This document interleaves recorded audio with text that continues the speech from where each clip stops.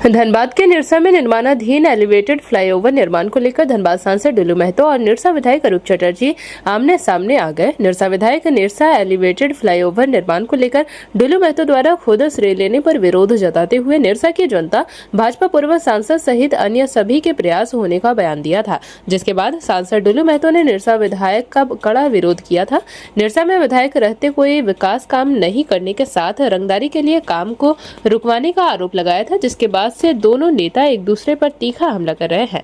दोनों नेता एक दूसरे पर राजनीतिक बयानबाजी करते हुए एक दूसरे को कोयला चोर, करोड़ों के मालिक होने का आरोप लगाए हैं। अब दोनों नेता के बयान राजनीतिक बयानबाजी से आगे बढ़ते हुए पारिवारिक निजी के साथ विधायक सांसद चुने जाने से पहले 40 रुपए की हाजिरी भूखे रहने हैसियत पर आ गए हैं।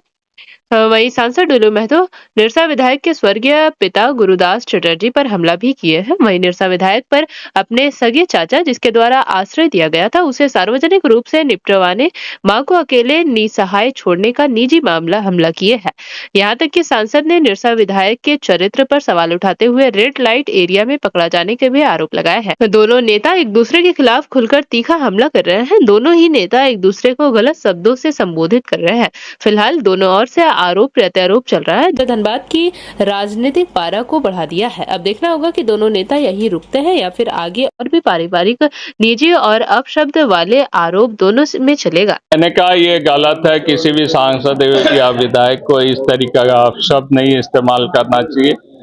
कभी वो मेरे पिता के खिलाफ, कभी जयराम महतो, कभी अनूप सिंह, सभी लोगों के पिता के खिलाफ या ऐसे लोगों के खिलाफ वो बयान देते रहते हैं। कभी हमारे मेयर संजीव सिंह के खिलाफ वो बयान देते रहते हैं। तो उनको अपनी काम में ध्यान देना चाहिए, ना कि दूसरे के खिलाफ बयानबाजी करना चाहिए।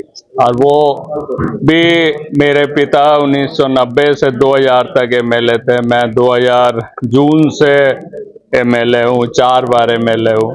तो ना मेरे पिता के समय वो एमएलए थे, ना वो मेरे पिता को अच्छी तरीके से जानते।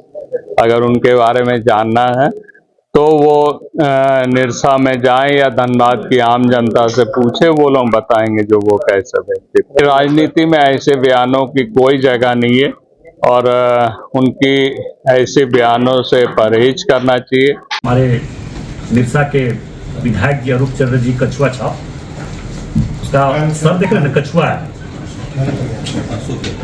और उसमें एक भी बाल नहीं रहता। कछुआ का शरीर में देखिएगा एक बाल नहीं रहता है, उस तरह उसका भी सर में एक भी बाल नहीं है। और जो बचा हुआ है 2029 के चुनाव में उसको भी निरसा की जनता साफ कर देगा। एक भी बाल उसका बचने नहीं देगा। जिस प्रकार के जो स्थिति से वो गुजर रहे हैं, जिस स्थिति अभी वर्तमान समय में वो कर रहे हैं, जनता के विकास के बाधक के रूप में बन रहे हैं, विकास को कार्य को नहीं होने दे रहा है। इसके लिए 2029 में कछुआ छाप में जो भी एक आध को बाल बचा होगा, वो कछुआ छाप के बाल को 2029 में साफ कर देंगे, मुझे पूरा विश्वास है। हमारे पर कई आरोप लगाए कि हमारे बेटा कोयला चोर है, ये है, वो है, दिस दैट। देखिए, जिसके पास वंश नहीं, जिसका बच्चा, जिसका बेटा नहीं है, वो दूसरा का बेटा का दर्द क्या समझेगा? उसका बेटा ही नहीं है तो बेटा का दर्द समझ कैसे सकता है?